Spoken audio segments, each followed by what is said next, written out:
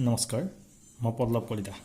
আমাৰ education channel unique science টিউটৰিয়েললৈ তোমালোকক সকলোকে স্বাগতম জনাইছোঁ মই আজি high secondary first year structure of atom পাৰ্টটো ডিসকাশন কৰিছোঁ আৰু আজি মই পঢ়িম কিছুমান results of Bohr's atomic model আমি লাষ্ট ক্লাছত বৰ্ছ এটমিক মডেল আমি পঢ়িছোঁ সো বৰ্ছ এটমিক মডেলৰ সহায়ত আমি ৰাদাৰফৰ্ডৰ কিছুমান ড্ৰবেক আমি এক্সপ্লেনেশ্যন কৰিব পাৰিলোঁ তো ৰাদাৰফৰ্ডৰ কিছুমান ড্ৰবেক আছিলে it cannot explain the stability of the atom it cannot explain the line spectrum of hydrogen atom. Line explorer আমি কিছুমান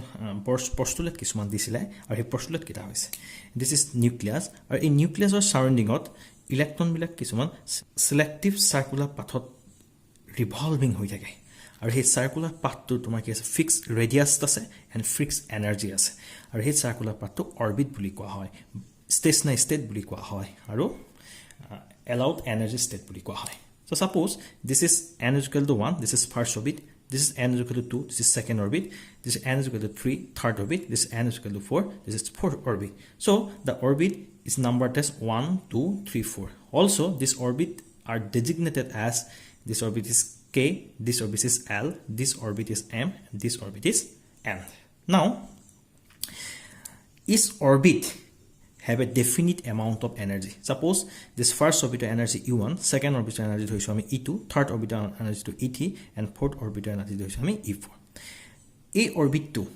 close to the nucleus, therefore this orbit is called ground state বুলি কোৱা হয়। The nucleus ওচৰৰ পৰা orbit বিলাক কি আছে আতৰি গৈ আছে যিমানে নিউক্লিয়াছৰ পৰা orbit বিলাক কৰ distance বাঢ়ি যায় সিমানে orbit বিলাকৰ কি হয় energy টো কি হৈ যায় increase হৈ যায়। So এতিয়া কথা হ'ল কি so now with the help of Bohr's postulate আমি Bohr's postulate কিটা সহায় লৈ হাইড্ৰোজেন এটম বা হাইড্ৰোজেন লাইক পাৰ্টিকলছ বিলাকৰ আমি ৰেডিয়াস অৰবিটৰ এনাৰ্জি ডিটাৰমাইন কৰিব পাৰিম বা ইলেক্ট্ৰন আমি কি ডিটাৰমাইন কৰিব পাৰিম ভেলোচিটি ডিটাৰমাইন কৰিব পাৰিম প্ৰত্যেকটো অৰবিটৰ মোৰ কৈছে এটা এনাৰ্জি আছে যেটো অৰবিটৰ ইলেক্ট্ৰনটো থাকে সেই অৰবিটৰ এনাৰ্জিটো হৈছে ইলেক্ট্ৰন এনাৰ্জি সাপোজ E1 অৰবিটত যদি এটা ইলেক্ট্ৰন থাকে সো সেই অৰবিটটো এনাৰ্জি হৈছে ইলেক্ট্ৰনটোৰ এনাৰ্জি Bohr's atomic model সদায় হাইড্ৰোজেন লাইকস পাৰ্টিকলছ আজিবিলাক এটম বা পাৰ্টিকলছ only one electron থাকে সেই পাৰ্টিকলছ বিলাকৰ হে লাইন স্পেক্ট্ৰাম এক্সপ্লেইন কৰিব পাৰিল সো যদি আমি one electron থকা আমি সিস্টেমৰ কথা যদি ক'বলৈ যাওঁ hydrogen it has only one electron again helium positive and lithium 2 positive yet proton different থাকিব পাৰে কিন্তু ইয়াত ইলেক্ট্ৰন কি আছে is specific electron কি আছে one electron আছে this is called one electron system and this Bohr's atomic model is applicable to only one but single electron species like hydrogen helium positive and lithium 2 positive so here in case of hydrogen z is equal to 1 in case of helium z is equal to 2 in case of lithium z is equal to 3 so now we are discussing about the some of the results of Bohr's atomic model. So first result is according to Bohr's atomic model, we can calculate the radius of nth orbit. So radius of nth orbit. So যিকোনো এটা অৰবিটৰ আমি any অৰবিটৰ আমি কি উলিয়াব পাৰিম radius determine কৰিব পাৰিম. So যিটো nth orbit ধৰিছো n maybe হ'ব পাৰে তোমাৰ 1 2 3 4 5 so on. If n is equal to 1 so the n is equal to 1 this is first orbit if n is equal to the second orbit if n is equal to the 3 this is third orbit and n is equal to 4 fourth orbit now if n is equal to nth orbit আমি radius determine কৰিব লাগে so এটা formula আছে so r n this is radius of nth orbit is equal to 0.529 into n square divided by z angstrom when that আমি angstrom unit লোৱা হৈছে তেতিয়া ইয়াৰ আমি constant এটা number আছে the value হৈছে 0.529 যদি আমি ইয়াৰ ইউনিটটো যদি চেঞ্জ কৰো এই ইউনিটটো যদি আমি পিকোমিটাৰলৈ কনভাৰ্ট কৰো তেতিয়া ইয়াৰ ভ্যালু হৈ যাব 52.9 into n square by z পিকোমিটাৰ again পিকোমিটাৰটো আজি আমি নেনোমিটাৰলৈ কনভাৰ্ট কৰিব পাৰিম so নেনোমিটাৰলৈ কনভাৰ্ট কৰি ইয়াৰ আকৌ ইয়াৰ ভ্যালুটো চেঞ্জ হৈ যাব so 0.0529 into n square by z to nanometer. So here this z is equal to is a nuclear charge for hydrogen atom and z is equal to 1 for helium positive atom and z is equal to 2 and lithium 2 positive atom and z is equal to 3. So now this is the equation of the radius of an orbit. So now from this equation we can determine the radius of each orbit in an atom. Or hydrogen atom, I mean hydrogen atom can so z is equal to 1. If first to orbit as if first orbit to radius determine koro. The first orbit radius how the n is equal to 1 hobo, that rn is equal to toma hoizabo. This formula z is equal to 1 n square is 1 square. So ami jodi koru, so yeah equal to 52.9 into 1 square divided by 1 picometer.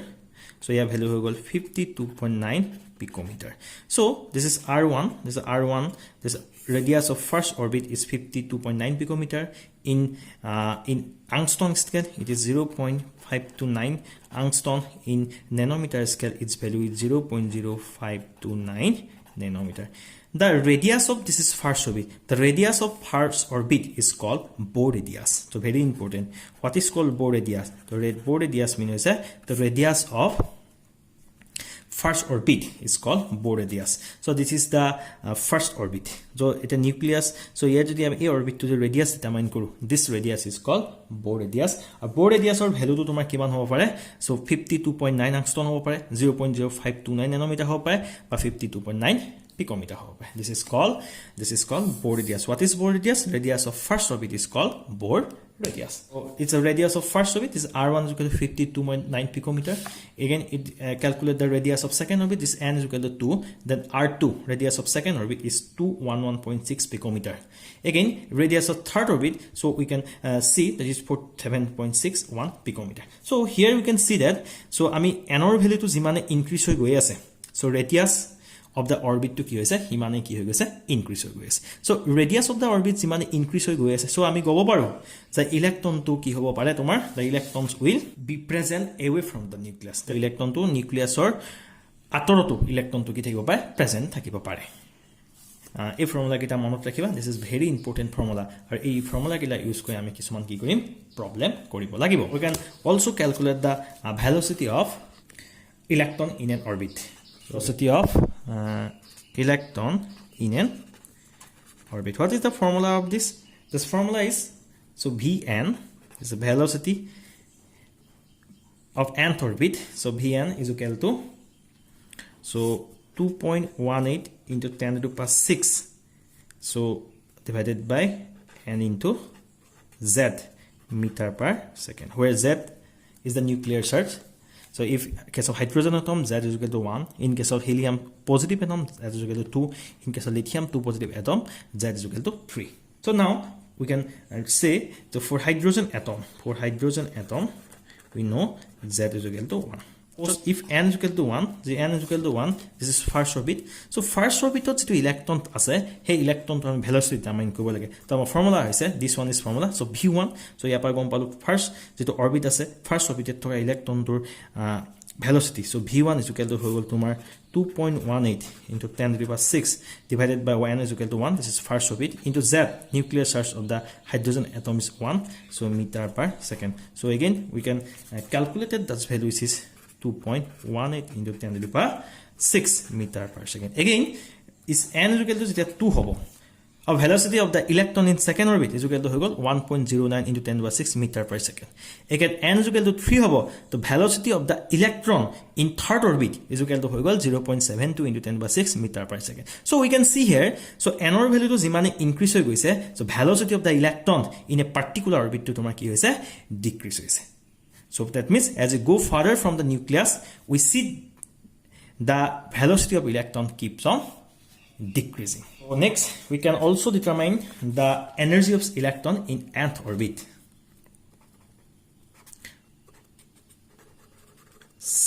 Energy of orbit. So we can also determine the energy of orbit. So this is, so we say,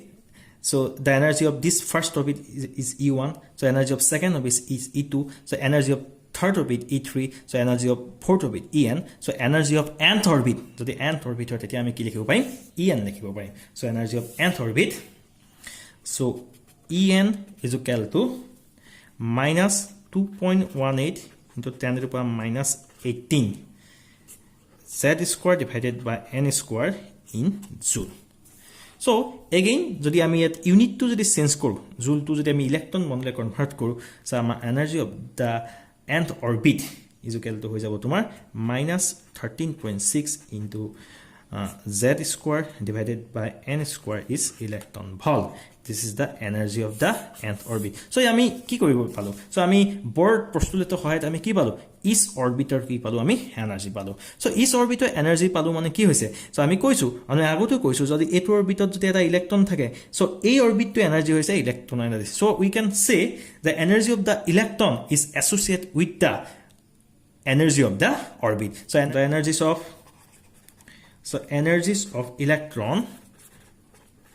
in different orbit. Now we can calculate the energy of electrons in different orbit. Suppose for hydrogen atom, I mean hydrogen atom loisu jot z is equal to 1. For n is equal to 1, this is first orbit. So first orbit or energy to hoise amar ki hoise E1. So E1 is equal to tomar hoi goise E1 or energy hoise -13.6. Now z square z is equal to 1 n square first orbit 1 so yet pai gelo 13.6 electron volt so that means ami jodi electron volt lekho this orbital energy hoise E1 so yat jodi eta electron thake that electron energy kiman hoise tomar 13.6 electron volt so we can say the energy of the electron in the first orbit is equal to 13.6 again so energy of the electron in second orbit that is E2 so we can say E2 is equal to hoye jabo tomar 13.6 divided by z is equal to 1 for hydrogen atom so this n square is equal to 2 square so 2 square electron volt is equal to hoy goise tomar -3.4 electron volt again n is equal to 3 hobo so that means energy of the electron in third orbit ba energy of the third orbit is equal to hoy gol tomar -13.6 divided by 3 square electron volt so 3 square means kiba 9 so 9 আৰু এটো যদি আমি divide কৰো so আমাৰ answer ওলাই যাব -1.51 electron volt so from this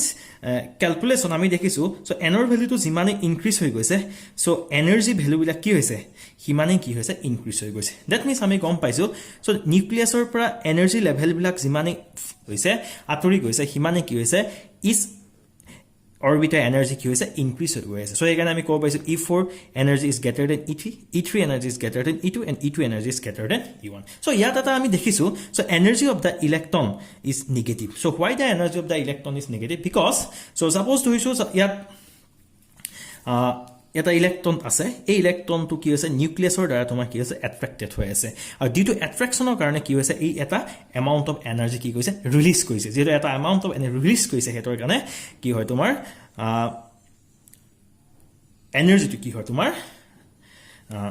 negative হয় so এতিয়া এটা কথা হল যেতিয়া n ৰ ভ্যালুটো ভেৰি ভেৰি লাৰ্জ বা n ইজ যেতিয়া ইনফাইনাইট হ'ব যেতিয়া energy of da infinite orbit to কি হ'ব 0 হ'ব that means so ইয়াপা কব পাৰিম ইলেক্ট্ৰনটো সদায় কি ষ্টেটত থাকিব ফ্ৰী ষ্টেটত থাকিব যেতিয়া ইলেক্ট্ৰনটো ফ্ৰী ষ্টেটত থাকিব তেতিয়া ইলেক্ট্ৰনটো এনাৰ্জি সদায় 0 হ'ব সো কি কাৰণে ইলেক্ট্ৰনটো এনাৰ্জি এট ফ্ৰী ষ্টেট বা এট ৰেষ্টত সদায় কি হয় 0 হয় সো that means যেতিয়া ইলেক্ট্ৰনটো এট ফ্ৰী ষ্টেটত থাকিব বা এট ৰেষ্ট থাকিব তেতিয়া নিউক্লিয়াছ আৰু ইলেক্ট্ৰনটোৰ মাজত ফোৰ্স অফ এট্ৰাকচনটো কি হয় তোমাৰ নেগলিজিবল যেটো ফোৰ্স অফ এট্ৰাকচনটো যদি তাহাতৰ মাজত নাথাকে গতিকে হেটো কি হয় energy of the electron at infinite ষ্টেটত কি হয় 0 হয় যেতিয়া ইলেক্ট্ৰনটো নিউক্লিয়াছৰ ওচৰত চাপি আহি থাকে তেতিয়া কি হৈ থাকে তোমাৰ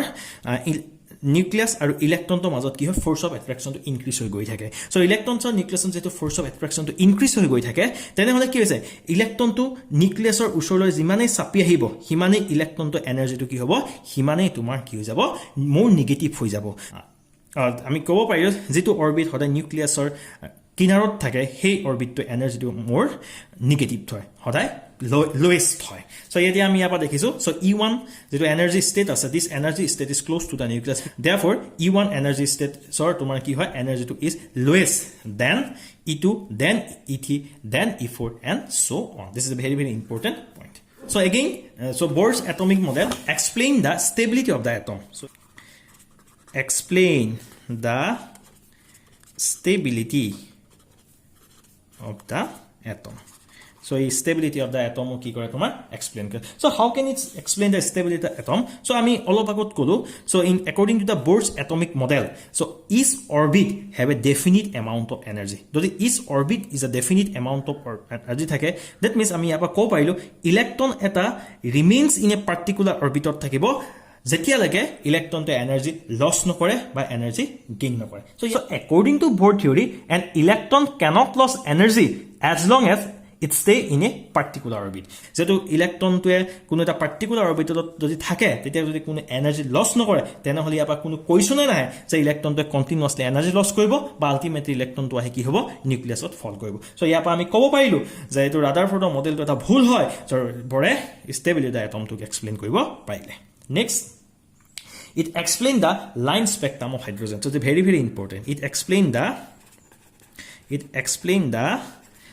line spectrum of hydrogen or hydrogen like species so what is the hydrogen like species this is helium positive and lithium 2 positive so this is the very important point so now we can describing here so ami yat dekhisu this is the different orbit ase this is n is equal to 1 this is first orbit this is n is equal to second orbit in n is equal to third orbit this is n is equal to 4 fifth orbit for in case of hydrogen it contains only one electron that electron keta thake eta thake so in case of hydrogen jodi ami this is nucleus so hydrogen tor electron to hodai kota ase n is equal to 1 state thake or n is equal to 1 situ state ase that means the orbit to close to the nucleus this orbit is called ground state jetia এই ইলেক্ট্ৰনটো আমি গম পালো hydrogen এটমৰ ground ষ্টেটত থাকে so এই ground state থকা ইলেক্ট্ৰনটোৱে যেটা sufficient amount of energy absorb কৰে in the form of a photon তেতিয়া ইলেক্ট্ৰনটোৱে কি হয় তোমাৰ গ্ৰাউন্ড ষ্টেটৰ পৰা যিকোনো এটা এক্সাইটেড ষ্টেটলে ই জপিয়াব পাৰে সাপোজ এই ইলেক্ট্ৰনটো গ্ৰাউন্ড ফটন দিস ষ্টেটৰ পৰা ইটো ষ্টেটলে জাপ মাৰিব পাৰে এগেইন এই ইলেক্ট্ৰনটো দিস ষ্টেটৰ পৰা ইথি ষ্টেটলে জাপ মাৰিব পাৰে again this electron is jump from this third energy also this electron is also jump to fourth energy state that means electron can jump from lower energy state to the higher energy state in higher energy state is called excited state these all are high energy state this higher energy state is called excited state so in the excited state the electron is unstable the excited state the electron to hoy unstable hoy ar unstable howa karone tomar ki hoy electron to tomar ki hoy excited state over ground state le ki kori dia zap mari dia jodi excited state over electron to suppose this ground state le zap mari dia it lost a definite amount of energy in the form of a photon this amount of photon energy is equal to the energy difference between the two states suppose electron to e2 state or jetia e1 state le jap mai dile so eta photon of energy ki koile emit koile this photon of energy is equal to the energy difference between the two states so e2 minus e1 that suppose jodi electron to amar doiso e3 state suppose electron to etia n1 state or e3 state le jap marise so e3 state of electron to unstable hoy again e3 state of electron to keni gusi hebo pare e1 state le ako jap maibo pare jetia e3 state of electron to jetia e1 state le jap maibo tetia also release some amount of energy in the form of photon of a suitable frequency s nu this photon of energy also equal to the energy difference between these two states that is third state and one state or energy difference of depend koribo so that means ami gom palu this energy difference is different and this energy difference is different so to the protect to energy difference is different define hoy so heti ki hoy different frequency like ki kore emit kore আর হে different frequency light emit করে বা different wavelength light যেটো emit করে so হে কারণে আমি hydrogen স্পেকট্রামত আমি observe কৰিছো different lines in definite wavelength and frequency you can see here this is the n is equal to 1 state this is the n is equal to 2 state this is the n is equal to 3 state this is the n is equal to 4 state this is the n is equal to 5 state this is the n is equal to 6 state this is the n is equal to 7 state in n is equal to 8 state so আমি hydrogen স্পেকট্রামত different lines দেখিবলৈ পোৱা যায় so কি কাৰণে hydrogen স্পেকট্ৰামত different lines দেখিবলৈ পোৱা যায় so in hydrogen atom যদি আমি হাইড্ৰোজেন গ্যাস এটা লোৱা হয় তাত large numbers of hydrogen atom থাকিব আৰু হে large numbers of hydrogen atom large numbers of electron থাকিব যেতিয়া হে লাৰ্জ হাইড্ৰোজেন গ্যাস যেটো আমাৰ চেম্বাৰত ৰখা হয় তেতিয়া আমি ইলেক্ট্ৰিক ডিসচাৰ্জৰ যদি আমি এক্সাইটেড কৰা হয় তেতিয়া তোমাৰ কি হয় ডিফাৰেন্ট হাইড্ৰোজেন এটম থকা ইলেক্ট্ৰন বিলাকে different amount of energy absorb কৰে আৰু different amount of energy absorb কৰাৰ লগে লগে হে ডিফাৰেন্ট ইলেক্ট্ৰন বিলাক গ্ৰাউন্ড ষ্টেটৰ পৰা ডিফাৰেন্ট এক্সাইটেড ষ্টেটলৈ কি কৰিব জাপ মাৰিব পাৰে আৰু যেটা এক্সাইটেড ষ্টেটত ইলেক্ট্ৰন বিলাকৰ আনষ্টেবল হয় আৰু সেইকাৰণে হেৰি লগালগ আকৌ গ্ৰাউণ্ড এক্সট্ৰা ষ্টেটৰ পৰা বা হায়াৰ এনাৰ্জি ষ্টেটৰ পৰা লোৱাৰ এনাৰ্জি ষ্টেটলৈ কি হ'ব পাৰে ট্ৰেনজিশ্যন হ'ব পাৰে নাও সে in this case we can see here so suppose the electron it jump from n2 state to n1 state again it jump from n3 state to n1 state so again in jump from n4 state to n1 state again it jump from n is equal to 5 state to n is equal to 1 state again it jump from n is equal to 6 state to n is equal to 1 state and n is equal to 7 state to n is equal to 1 state and n is equal to 8 state to n is equal to 1 state that means all the electrons of higher energy it jumps to the ground state n is equal to 1 state so we obtain so group of line this group of line is observed in the ultraviolet region of the hydrogen spectrum or this group of series is called Lyman series. Again we can see here again this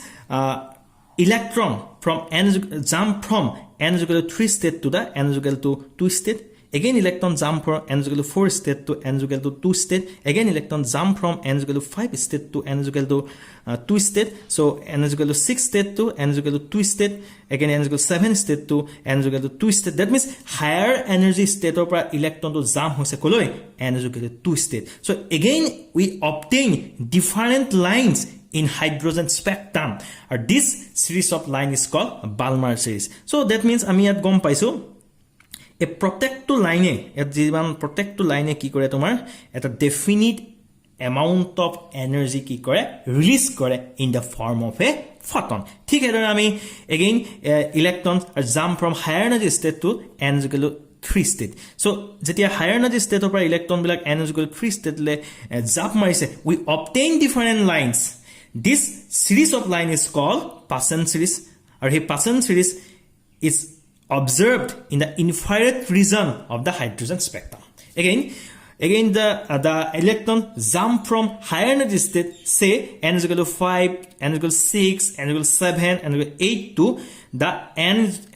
is equal to 4 state in this transition we observe different lines in hydrogen spectrum in infrared region these groups of line is called bracket series again we electron jump from higher energy state to n is equal to 5 state so in this transition we obtain different lines having different wavelength and frequency in infrared region this series of line is called Fund series so